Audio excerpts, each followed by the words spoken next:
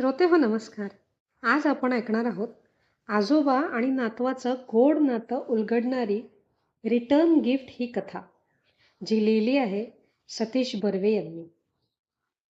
माझ्या नातवाने मला आज निरुत्तर केले.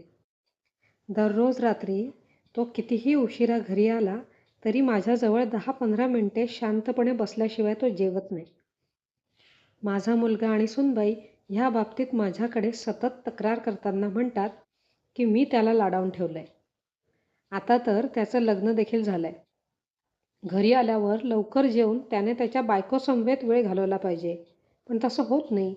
आज अखेर तो नेहमीप्रमाणे माझ्या खोलीत आल्यावर मी त्याला तशी विनंती देखील केली, पण त्याचं उत्तर ऐकून मला गहिवरून आलं. मी निरुत्तर झालो. त्याला जवळ घेऊन मी घट्टपणे कवटाळून धरलं. माझ्या आजारपणाचा मला क्षणभर विसर पडून मी मनसोक्त रडलो. पण माझ्या नातवाचा माझ्यात अडकलेला जीव पाहून मी सुखावलो देखील. माझ्या चेहऱ्यावरून हात फिरवत तो मला म्हणाला, "आबा, रोज मला घरी आल्यावर भेटायला यायची गरज नाही, असं जे आज तुम्ही म्हणालात ते आजचं आणि शेवटचंच. ह्या बाबतीत मी काय करायचे ते माझे मलाच ठरवू दे प्लीज. तुम्ही आई-बाबांचं नका ऐकू.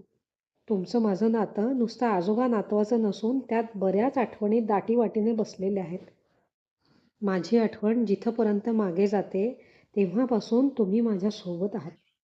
अगदी लहानपणापासून आई-बाबांचा हट्ट होता की मी वेगळ्या स्वतंत्र खोलीत झोपावे. मला तेव्हा एकटं झोपायला खूप भीती वाटायची. पण मी डोळे मिटेस्तोवर तू मला कपाळावर थोट्ट श्लोक म्हणायचास. तुझा तो रेशमी स्पर्श झाला की किती बरं वाटायचं.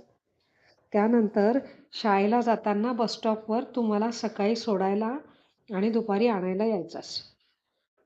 घरी आल्यावर शाळेतील मजा माझ्या तोंडून ऐकताना तू रंगून जायचास. मी मोठा होत गेलो, पण माझ्यासाठी तू तोच राहिलास. मोठ्या शाळेत स्पोर्ट्स डे असो किंवा गॅदरिंग, तू येतच राहिलास, घरचा प्रतिनिधी म्हणून. पुढे कॉलेज ॲडमिशनसाठी फॉर्मच्या लाईनीत उभा राहिलास. कॉलेजच्या पहिल्या दिवसाची आठवण म्हणून संध्याकाळी माझ्यासोबत फोटो काढून घेतलास.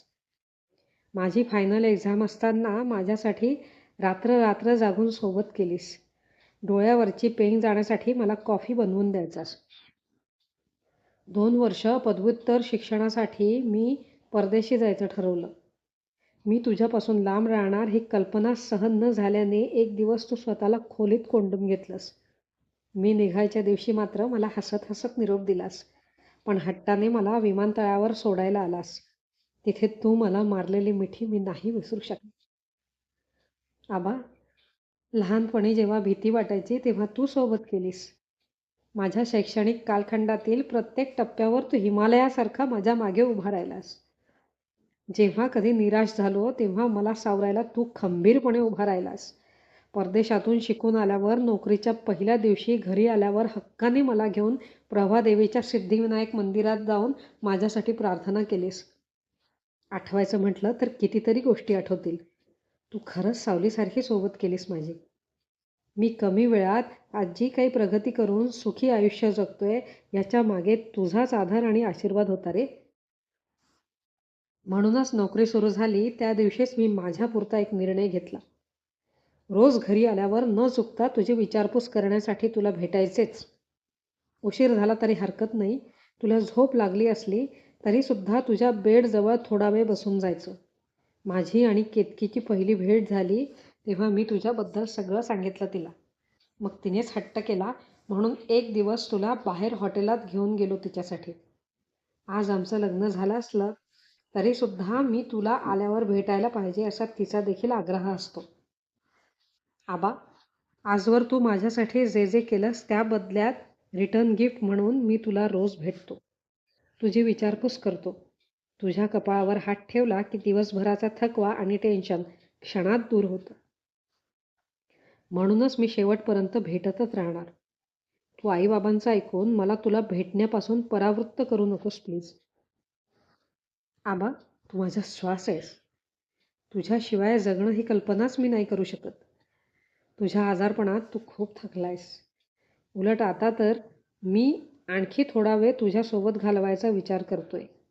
म्हणूनच माझी कळकळीची विनंती आहे तुला, की माझ्या रिटर्न गिफ्टचा तू आनंदाने स्वीकार करावास आणि मला एका ऋणातून मुक्त होण्यासाठी मदत करावीस. खरंच. गेल्या जन्मीची पुण्याई म्हणून की काय असा नातू माझा जीव की प्राण बनलाय. त्यामुळे नाईलाजाने का होईना पण त्याने दिलेली रिटर्न गिफ्ट स्वीकारण्याशिवाय माझ्याकडे दुसरा पर्याय नाही. राजे, तुमचे रिटर्न गिफ्ट मला मान्य आहे. त्याचे दोन्ही हात माझ्या छातीजवळ धरून मी म्हणालो आणि त्याच आनंदात त्यांनी माझ्या कपाळावर त्याचे ओठ अलगद ठेवून मला गुड नाईट करत तो माझ्या खोलीबाहेर पडला.